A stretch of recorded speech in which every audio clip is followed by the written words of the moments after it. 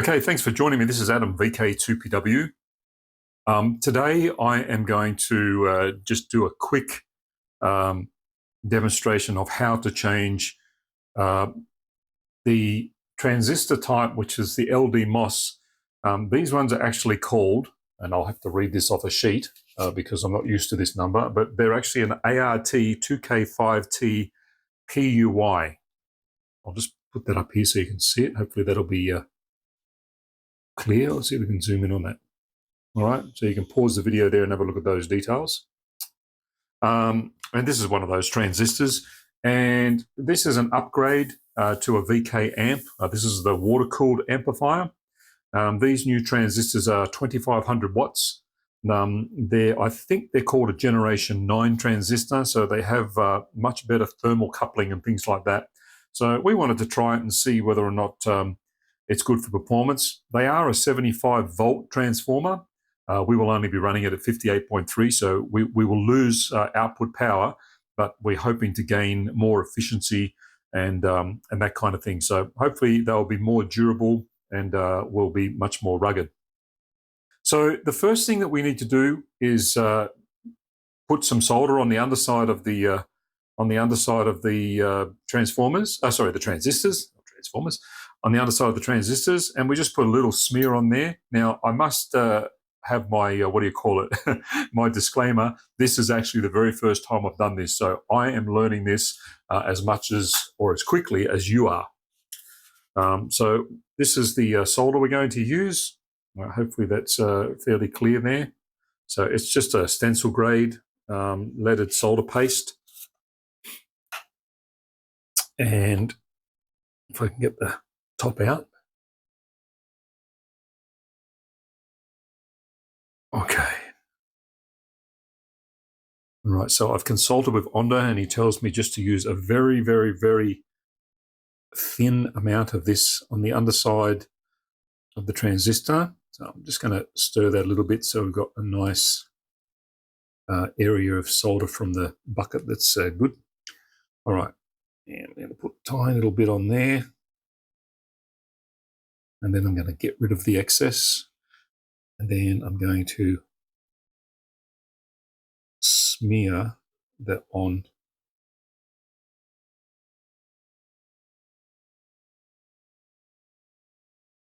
And he was quite specific that we only want the bare minimum that is actually necessary.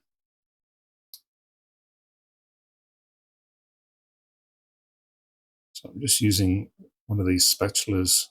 These are from J-Car actually. And I'm just putting a very thin, I'm trying to get it as even as I possibly can. All right. So you can see there, there's just a very, very thin layer. Now, the next most important thing you have to be careful of is that you face the transistors the right way. Sorry, I can't hold this any better. Maybe I can. So the cutaway, the transistor has fins on either side. And if you look closely, one side has a cutaway and on one side it doesn't. The cutaway is the drain side, all right? So we need to put that on the right side, and the correct side for that is facing this way on the board. Now, lucky for me, I can see from where the old transistors used to rest, because it leaves you can see there, it leaves a bit of a mark on the board. All right, now I'll do the second one.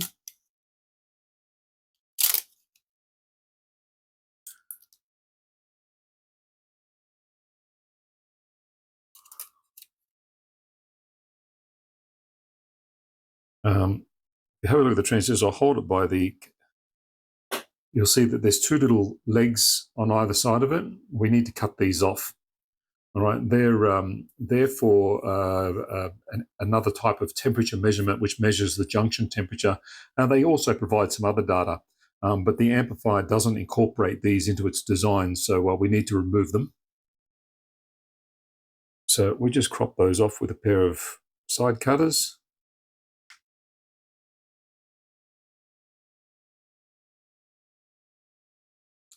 Onda tells me that he may change the design in the future to actually make use of them. All right, so once again, I'm going to hold this the right way so I can put it down easily once I've got the solder on there. So I'm going to just turn it around. Sorry we get out of camera shot. All right, so I'm just going to face it the right way. And once again, I'm going to smear some solder on there.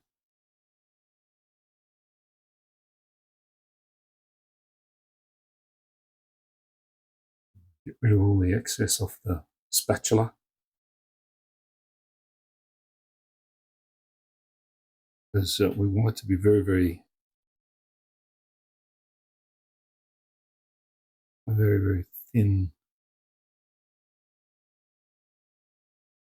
I asked Onda how thin does it need to be. He said, yeah, almost so you can see through it. All right, that should be enough. And then I'm just going to, well, this should be okay. So as it heats up, it should move away completely from the fins. Right, and I'm going to place that one down around about where it goes.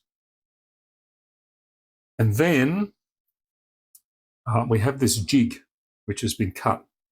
And the jig is designed to fit over the top of the transistors, and you can screw it to the plate. You don't have to screw them down tight. It just needs to basically hold them in position. It's fairly heavy because it's copper.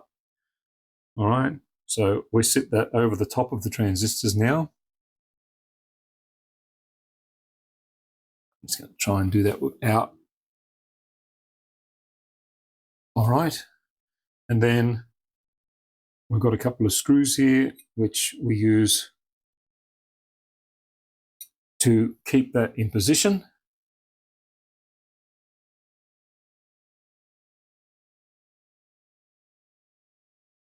And you're probably going to ask me, where do I get that jig from? Well, I'm going to upset Onda and say you'll have to ask Onda, pardon me, to make one. Now, when you screw those in, you need to be careful that the screws do not penetrate out the bottom of the copper plate. Otherwise, it won't sit flat on the heating surface. So I'll just put my fingers under there and touch it, and I can feel that they're not protruding through. If they do protrude through, the issue you'll have, of course, is that when you heat it up, it will heat up unevenly, and one might weld long before the other, which would probably be a bit of a disaster. So once we've done that, and we've got that actually on the plate, you can see there now the two transistors are sitting in their correct position. Just a quick double check visual to make sure that the drain is on the right side. I can see the cutaway on each of those. And we can now just place this entire unit onto a hot plate and heat it up until that solder melts. And once that solder melts, we can then quickly take it off, put it on a heatsink to make it cool down, and then take all the jig off. And then we're ready to put the boards on. And the boards simply slide underneath the fins. Right, so once that's done, one board slides under here. Of course, the other board slides underneath that one, and it all gets screwed on, and that's it. That's your pallet. So I am now going to go and get set up to heat it up, and I will set the camera up over there, and we can watch it as we heat it up on the hot plate. So I'll be back shortly. Okay, so here we are back again now, and as you can see here, I've got the copper plate sitting on my kitchen griddle. That's all you need to do this is some sort of hot plate. I'll just zoom in a bit more, and I'll just tilt the camera up slightly so you can see the palette. Okay, now one of the things to note, I've just put a small dab of solder here in the middle of the board. Just out of the way. It's where the circuit board goes.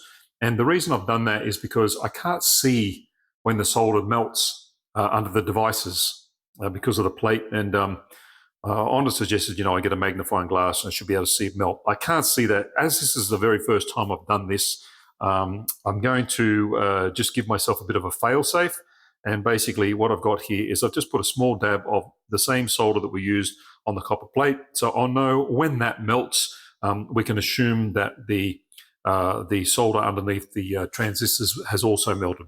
So I'll just quickly turn the power on to the oven.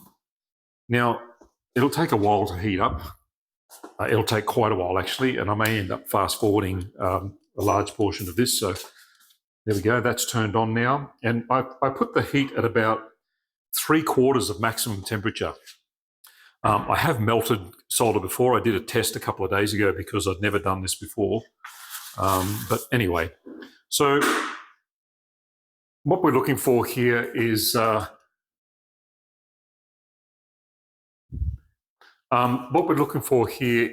for when this solder melts.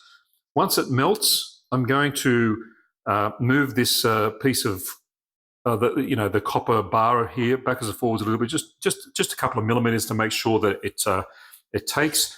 And then if I'm happy with that, I'm then going to lift the copper plate off the hot grill, and I'm going to carry it over, and I'm going to sit it on the heatsink inside the amplifier for it to cool down. Once it's cooled down sufficiently, then I'll just take all of this off, and then we're ready to put the circuit boards back on and solder them.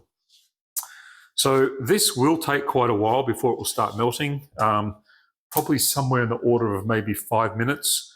So I will leave this on, but I will fast forward and I will turn the video back on when I start to see this solder patch that I put here beginning to look like it's going to melt. So I'll fast forward from here. I won't keep talking now, and then we'll come back when it gets to that point.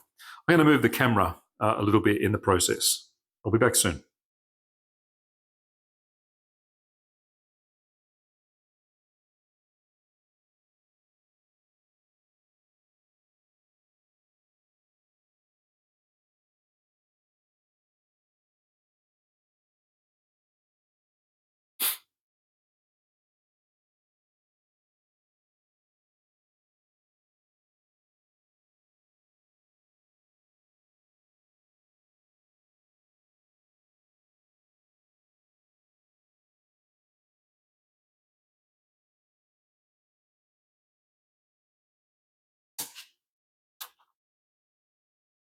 So you can see it does take quite some time. It's been we've had it turned on now for about 4 minutes, and the solder, whilst the solder looks dry now, it hasn't begun to melt. So we'll just keep watching. Here it goes now. There you go. So you can see there the solder just melted. So now that that's happened, we'll assume that it's also melted underneath the transistors. So I'll just wobble the plates around a little bit. Just move it, push down on it a little bit, just wobble it just to make sure. And then I'm going to turn the heat off. And I'm going to take the plate off. Hopefully I can withstand the heat long enough through my welding gloves, and quickly put it on the heatsink. All right, and all I've done there is just sit it on the heatsink inside the amplifier so that it can cool down. All right, and once that's cooled down, I will remove that bit of solder there, which won't be too difficult to do. And then we can go about putting the circuit boards back on and soldering them on and reattaching it and give the amplifier a test. So I'll be back once I've done that. Okay, so the next part of the process will be to reattach the circuit boards. I put them in place, and as you can see, hopefully you can see in the video there, the fins are underneath, and you can see the inputs on this side and the outputs on that side. And now we're just going to go through and do up the screws to get it into exactly the right position.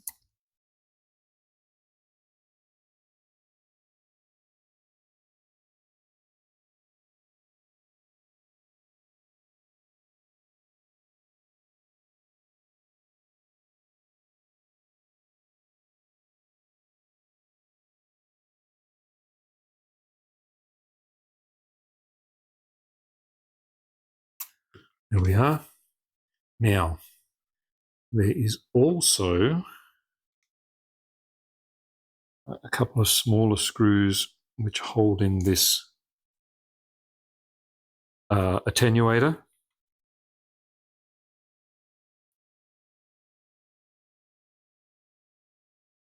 There's 2 screws on the attenuator. These screws are all M3, by the way. And for the time being, that will do. I'll zoom in as best I can. I need to be able to work, obviously. So some people enjoy watching soldering get done. It's not as simple as it seems. It takes a little bit of experience. You'll start off, you'll learn very, very quickly what does and doesn't work. And even the best of us can still have problems. Yes, you can see that. All right, here we go.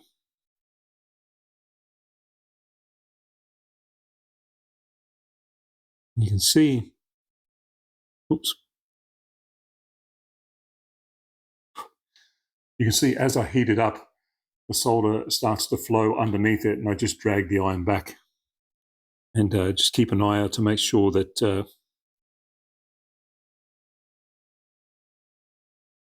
it gets underneath it and to the side.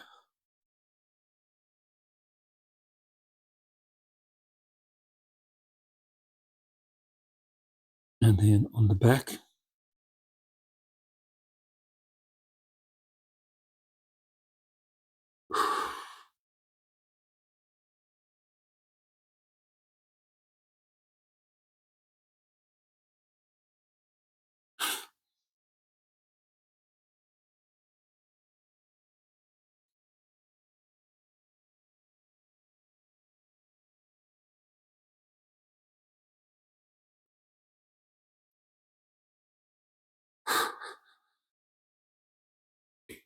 All right, so you can see that there.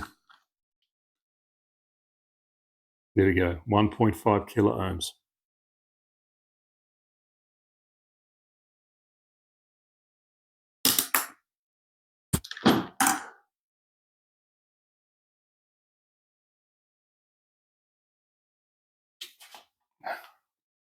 I'll move it over this way a bit.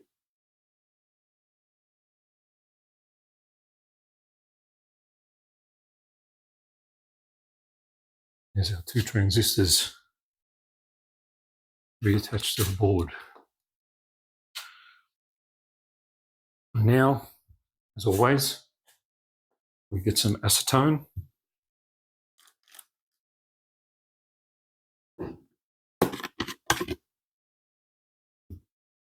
And just give it a nice clean up around the whole area.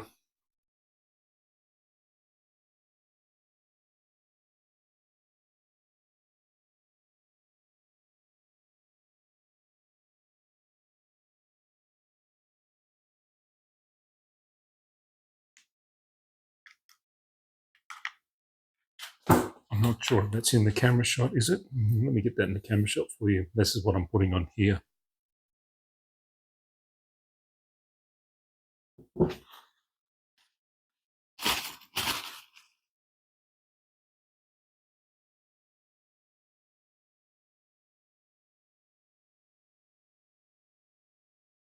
It is very important to clean off the flux in a high power amplifier because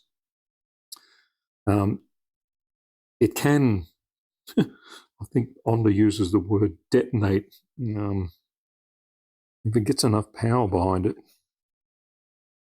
it can just basically explode the flux. Like there's air and stuff in it. And it's not likely to cause problems, but it'll probably make you jump out of your seat thinking something's desperately wrong. I haven't actually experienced that myself. Well, I may have experienced that myself. I have heard some pops and cracks, and I sort of asked Onda, what was this big bang I keep hearing? And he suspected that might have been what it was.